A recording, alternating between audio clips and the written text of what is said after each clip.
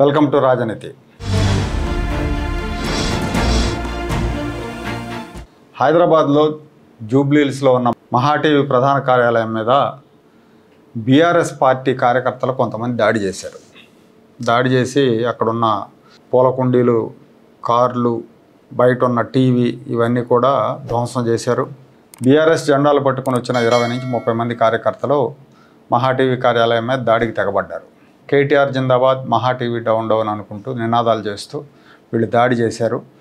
దాడికి కారణం ఏంటంటే ఇటీవల తెలంగాణలో ఫోన్ ట్యాపింగ్ కేసు దర్యాప్తు వేగవంతమైంది. ప్రభాకర్ రావు అమెరికా నుంచి ఇండియా వచ్చిన తర్వాత పోలీసులు ప్రభాకర్ రావును అదుపులోకి తీసుకొని విచారణ జరుపుతూ ఉన్నారు. గతంలో ఈ ట్యాపింగ్ వ్యవహారంలో కీలకంగా పాల్గొన్న కొంతమంది పోలీసు అధికారుల వాంగ్మూలాలు, తర్వాత ప్రభాకర్ రావు వాంగ్మూలం, ఇవన్నీ కూడా పత్రికల్లో ప్రతిరోజు వార్తలుగా వస్తున్నాయి, టీవీ ఛానళ్ళలో కూడా వస్తున్నాయి.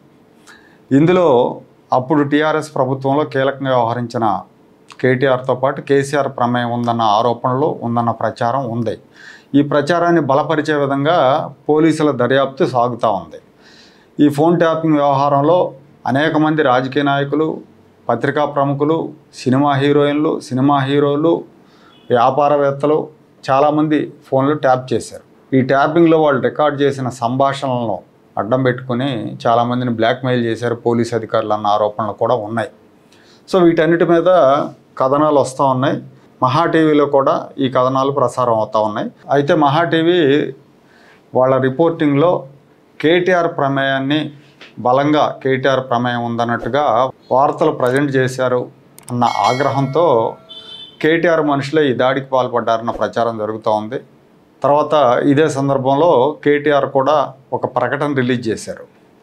ఫోన్ ట్యాపింగ్ మీద విచారణను అడ్డం పెట్టుకొని నా వ్యక్తిత్వ హననానికి పాల్పడుతున్నారు కొంతమంది మీడియా వారు, కొన్ని మీడియా సంస్థలు, నాతో పాటు కొంతమంది బీఆర్ఎస్ నాయకుల మీద కూడా దుష్ప్రచారం చేస్తూ ఉన్నారు. మీడియా ముసుగులో అబద్ధాలు, అసత్యాలు, కావాలని నీచమైన ప్రచారం చేస్తున్నారు. వీళ్ళందరి మీద కూడా చట్టపరంగా చర్యలు తీసుకుంటానని ఆయన ఒక ప్రకటన కూడా రిలీజ్ చేశారు. సో ఈ దాడి జరగటం, కేటీఆర్ ప్రకటన, వీటన్నిటిని చూస్తూ ఉంటే ఖచ్చితంగా అంటే వచ్చిన వాళ్ళు కేటీఆర్ జిందాబాద్ అని నినాదాలు చేయటం, వీటన్నిటిని బేస్ చేసుకుంటే ఇది కేటీఆర్కి తెలిసే జరిగిన దాడిగా భావించాలి. సో దీని మీద యూనియన్లు కూడా, జర్నలిస్ట్ సంఘాలు కూడా ఈ దాడిని ఖండిస్తున్నాయి. అంటే ఇక్కడ ఎవరికైనా నచ్చని వార్తలు వచ్చినప్పుడు, లేదా ఒకవేళ అన్నిసార్లు కూడా మీడియా కరెక్ట్గా రిపోర్ట్ చేస్తుందనే గ్యారంటీ ఉండదు. ఒక్కోసారి వాళ్ళకి అందిన సమాచారం మేరకు రిపోర్ట్ చేస్తారు. అలా రిపోర్ట్ చేసినప్పుడు ఒకవేళ అందులో ఏమైనా తప్పులుంటే ఆ ఖండన ప్రకటన కూడా ప్రసారం చేస్తారు. లేదా అంటే అదే మీడియా సంస్థను పిలిచి ఒక ఇంటర్వ్యూ ఇవ్వచ్చు.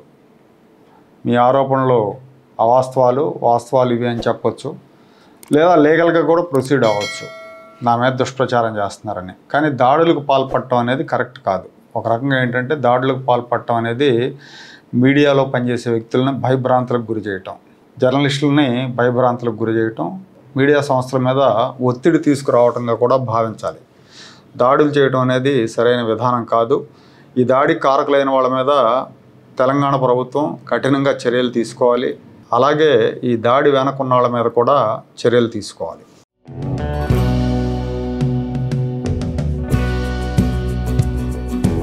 Like, share and subscribe to Rajaniti channel.